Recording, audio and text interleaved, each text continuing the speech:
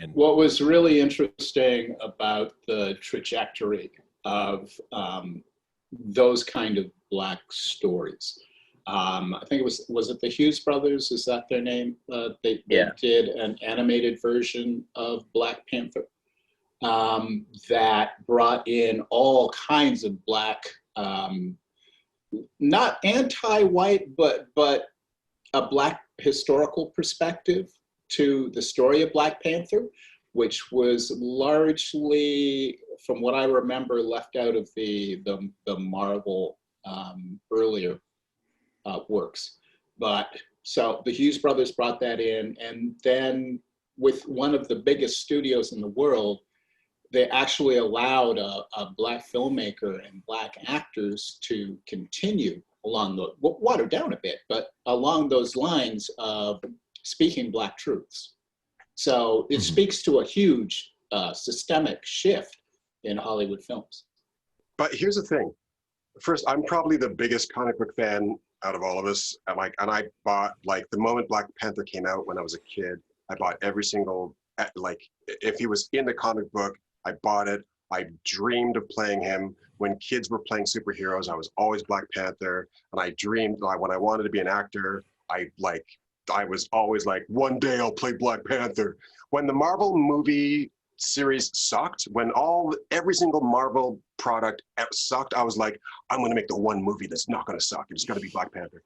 And the thing that's really hard to communicate actually is that Stan Lee and Jack Kirby back in the 1970s created a Black superhero who was a king of an African kingdom, which I know it's hard to really understand how powerful that was, because like DC was making characters like Black Lightning who were like from the hood, you know, and you know, Marvel had Luke Cage who was like from the hood, you know, it's like, brother, yo brother, they ain't cool, man.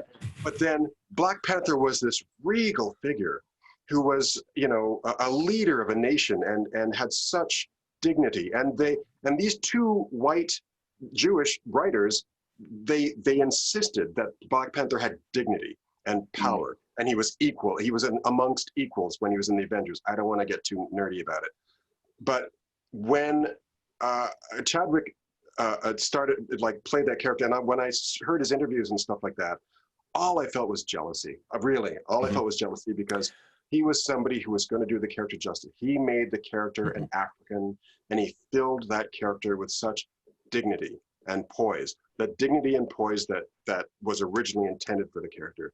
And so, of all the roles that he played, like, of course, James Brown, he did an amazing job, but he deserved every single accolade he got for Black Panther.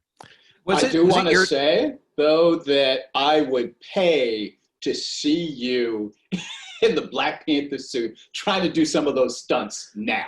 That would was that? Can I clear something up here, Andrew? Was that your tweet that I saw asking if it was too soon to when a casting was going to be open? Was that yours? Was that yours? Yeah, I think it was yours. That was I think it was private yours. chat. That was a private chat. I mean, which will be edited out promptly. Can I just tell you something? It doesn't matter, Andrew, because I was very jealous of him. I was. Yeah. Sorry. I think it's fine to make jokes like that now, because remember, tragedy plus time equals comedy. We now live in a time where tragedy plus pretty much now equals comedy. I don't think we're. Okay, I want to build on that point, though, because I thought there was something interesting. I want to backtrack a little bit. You talked about how it was created by two white Jewish guys, which is interesting to me because I didn't know that.